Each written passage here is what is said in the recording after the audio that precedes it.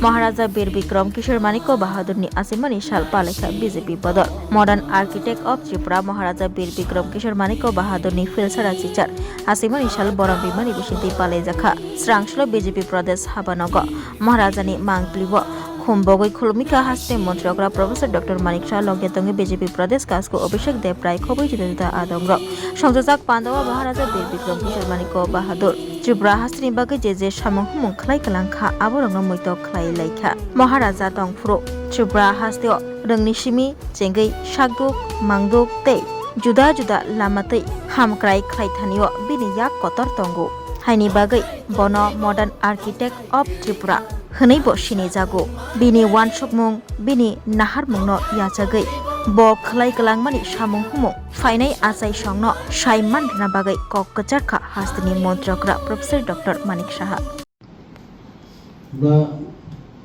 কয়েকটা বিষয় আমাদের জানা উচিত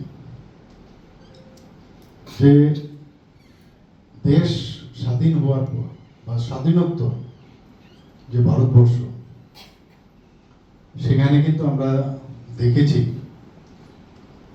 আমাদের ভারতীয় জনতা পার্টির নেতৃত্বাধীন সরকার আগে যেভাবে রাজা মহারাজাদের তাদেরকে অবহেলা এবং তাদের ইতিহাস এবং ভারত গঠনের ক্ষেত্রে ওনাদের যে উল্লেখযোগ্য ভূমিকা ছিল এবং একত্রিত করার যে প্রয়াস ছিল সেটা কিন্তু আমরা দেখতে পাই। অটলজি যখন প্রধানমন্ত্রী হয় ওনার সময়ে সেখান থেকে শুরু হয় যে ওনাদের সম্পর্কে ওনাদের যে কাজ দেশের জন্য করে গেছেন, কিন্তু তারপরে আমরা দেখলাম সেটাকে আরো বেশি মাত্রায় সেটাকে জোরদার করা হলো আমাদের মাননীয় প্রধানমন্ত্রী শ্রী নরেন্দ্র মোদীজি 2014 পর থেকে। কারণ তখন অটলজি যেভাবে সরকার চালিয়েছে আপনারা সবাই জানেন কি অবস্থার মধ্যে ওনার সরকার চালাতে হয়েছে এবং ইতিহাসে এই রাজা মহারাজাদের দেখা গেছে তার স্থানই ছিল।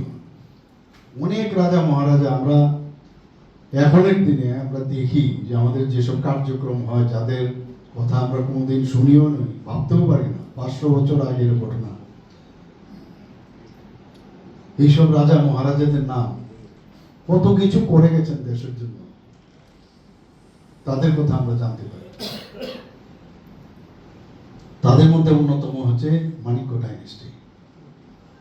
মাণিক্য রাজন্যবর্গের যারা ছিলেন তাদের বিশেষ করে এই যে 3-4 জেনারেশন যে লাস্ট মহারাজা হচ্ছেন মহারাজা বীর বিক্রম কিশোর মাণিক্য বাহাদুর।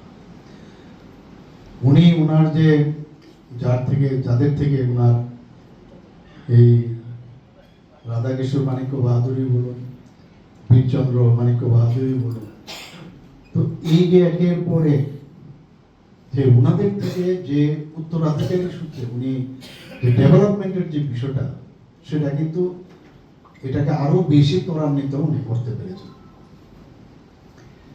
আমরা সবাই জানি আজকে এখানে একটা সমস্যা আমরা প্রায়ই শুনি যে আমি এবং তোমরা বা আমরা তোমরা এই একটা মানে দুটো শব্দ প্রায়ই আমরা শুনি, কিন্তু আমরা সবাই এক, এই কথাটা কিন্তু আগে কিন্তু সেটা ছিল, রাজন্য আমলে সেটা ছিল। তার প্রকৃত উদাহরণ আমরা রবীন্দ্রনাথ ঠাকুরের কথা যদি বলি, তিনটা জেনারেশন বিশেষ করে মাণিক্য ডাইনেস্টির সাথে ওনার পরিচয় ছিল এবং 80 বছর বয়সে ওনার যখন জন্মদিন পালন আমাদের মহারাজা বীর বিক্রম কিশোর সেটা করেছিলেন এবং ওনাকে সম্মানও দেওয়া হয়েছিল এবং ওনার মৃত্যু পরে সারা ত্রিপুরাতে যা আমরা ইতিহাস যদি দেখি এখানে শোক দিবস পালন করা হয়েছে এই রবি ঠাকুরের মৃত্যু উপলক্ষে। ওনাকে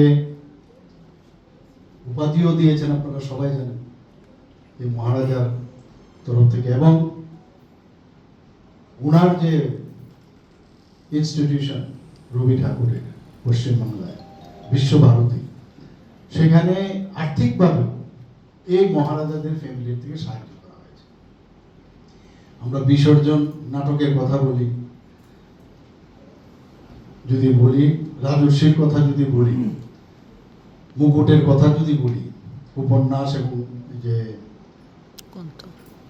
যে ওনার যে নাটক, সেগুলো যদি আমরা মনে করি, মানে ভাবা যায় না যে কিভাবে। এবং এইগুলোর জন্য মহারাজা বীর বিক্রম কিশোর কিন্তু ওনাদের থেকে তথ্য সংগ্রহ করেছেন। সেই তথ্য সংগ্রহের জন্য উনি চিঠিও লিখেছেন।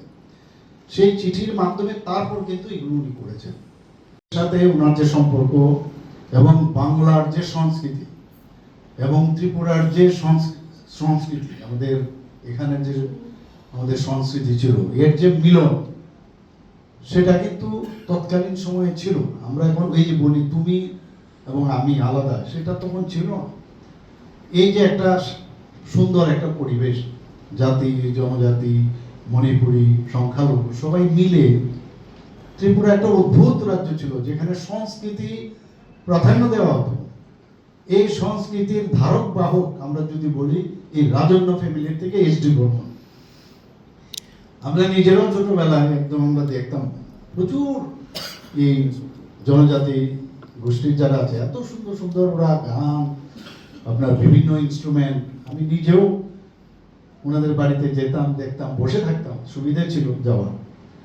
একটা পরিবেশে আলাদা ছিল, আলাদা করে ভাববার না যে তুমি এমুক আমি এমুক, এরকম ছিল না। এবং বাংলা যে সংস্কৃতি এত বেশি সেটা উর্বর ছিল, সেটাকে মহারাজা বীর বিক্রম কিশোর সেটাকে মান্যতা দিয়েছেন, যে বাংলার যে সংস্কৃতি এবং ওনার যে সংস্কৃতিপনার যে মানসিকতা, দুটো মিলে একসাথে মিলে ত্রিপুরার যে ঐতিহ্য, সেটা ধারক বাহক বলতে গেলে মহারাজা বীর বিক্রম কিশোর মানিক্য বাহাদুর ছিল। আজকে ইনফ্রাস্ট্রাকচারের কথা যদি আমরা বলি, ত্রিপুরাতে রাস্তাঘাট, এই যে এক জায়গা থেকে আরেক জায়গা, আপনারা ভাবুন এই উজ্জয়ন তো প্যালেস থেকে স্ট্রেট রাস্তা, কোথায় একদম কোথায় যায় মহারাজগঞ্জ বাজার যায় কিনা। এবং এত সুন্দরভাবে রাস্তা দেখবেন আপনি, রামনগরকে আপনি কি সুন্দর একটা আধুনিক রামনগর কিন্তু আমরা দেখি একটু সুন্দরভাবে সাজানোর চেষ্টা রাজন্য আমলে হয়েছে সেগুলো। এবং আমরা সবাই জানি যে জাস্ট স্বাধীনতার কিছুদিন আগে, খুব সম্ভব মে মাসে ওনার মৃত্যু হয়েছিল এবং 1947 অগাস্টে আমরা স্বাধীনতা লাভ করি। তখন রিজেন্সি মেনে, তখন যেহেতু কি বিক্রম বাহাদুর খুব ছোট ছিল, ওনার হয়ে কাঞ্চনপ্রভা দেবী তখন দায়িত্ববান নেয়। এবং সেই জায়গায় দাঁড়িয়ে উনারই ইচ্ছে ছিল যে ত্রিপুরা পুরো ভারতবর্ষের সাথে আমরা যোগ হবো। উনাকে মান্যতা দিতে গিয়েই কিন্তু মহারানী সেটা ডিসিশন নিল যে না, আমরা ভারতবর্ষে আমরা যুক্ত হব। একটা উজ্জ্বল নাম এবং আমাদের এই আধুনিক ত্রিপুরার রূপকার উনি ছিলেন। ত্রিপুরা রাজ্যকে যে নতুন রূপ দেওয়া, সেটা উনি তৎকালীন সময় করেছিলেন। যদিও 14 সালের পর থেকে বা তার উপরে 18 সালের পর থেকে ওনার বিভিন্ন ইতিহাস সম্পর্কে আমরা জানতে পারি এবং সেগুলোকে জনসমক্ষে নিয়ে আসা হয়। মোদিজি যেভাবে আমাদের যারা আমাদের দেশের জন্য করেছেন, যারা আত্মবলিদান দিয়েছেন বা আমাদের কৃষ্টি সংস্কৃতি যেটা আছে সেটাকে রিস্টোর করার জন্য যে মুহিম চালু করেছেন আজাদী কা অমৃত মহোৎসবের মাধ্যমে, তারপর থেকে কিন্তু আমরা দেখেছি যে মহারাজার বা রাজ পরিবারের বিভিন্ন যে তাদের কন্ট্রিবিউশন, সেগুলো কিন্তু মানুষের সামনে তুলে ধরা হয়েছে ভারতীয় জনতা পার্টি সরকার এবং দল আসার পর। প্রথমে 18 সালে আগে 17 সালেই প্রথম, 17 সাল বা তার 16 সালে হবে, প্রত্যেকটা ভারতীয় জনতা পার্টির যে অফিস আছে সেখানে ওনার জন্মদিন পালন করা হয়েছে। এটা কিন্তু প্রথম ত্রিপুরাতে, এর আগে এরকম হয়নি। এখন অনেকে অনেক কিছু ক্লেম করে, কিন্তু ভারতীয় জনতা পার্টি যারা সম্মানের যোগ্য, যারা সম্মান দেওয়া উচিত, সেটা কিন্তু ভারতীয় জনতা পার্টি পেয়েছে। উনি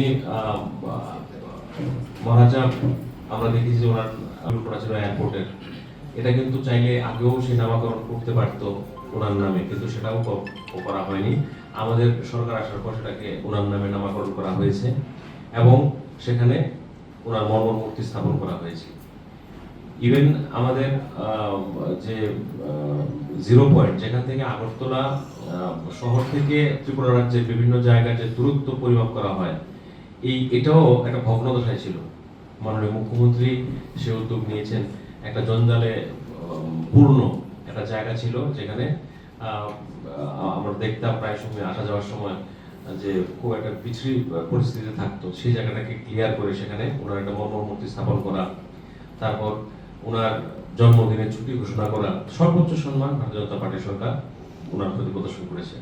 উনিও ত্রিপুরা রাজ্যের যেরকম এমবিপি কলেজ স্থাপন করেছেন এবং ইউনিভার্সিটি উনি স্থাপন করতে চেয়েছিলেন তৎকালীন সময়ে, পাশাপাশি আগরতলার শহরের রূপ দিয়েছেন। প্রথম পৌরসভা যে ডিজাইন বা কিভাবে করতে হবে, আধুনিক শহরের রূপ কিভাবে দিতে হবে, সেই পরিকল্পনা কিন্তু উনি করেছেন। পাশাপাশি বিভিন্ন স্কুল, আমাদের স্বাধীনতার আগে অনেকগুলো স্কুল ত্রিপুরা রাজ্যে এস্টাবলিশড হয়েছে। তো ওনার সময় সবচেয়ে বেশি স্কুলের সংখ্যা উনি এস্টাবলিশ করেছেন।